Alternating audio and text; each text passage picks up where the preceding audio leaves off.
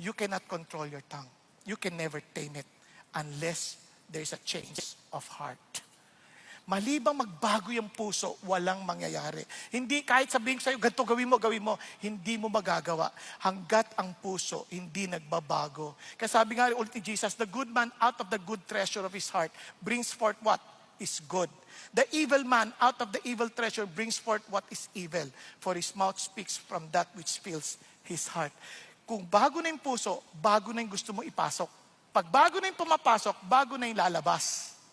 Kasi, napapalitan na yung laman ng puso. At sa totoo lang, napalitan na yung puso. Out of the abundance of the heart, the mouth speaks. Words matters. Words can heal or harm. Words can build or break. Words reveal the condition of the heart. Yung bang sabihin mo lang sa bahay, alam mo mahalaga ka eh. Kahit sa kasama mo lang, alam mo importante ka. Salamat sa iyo ha, malaking tulong ka.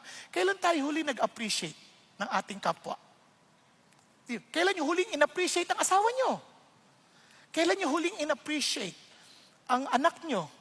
Be honest.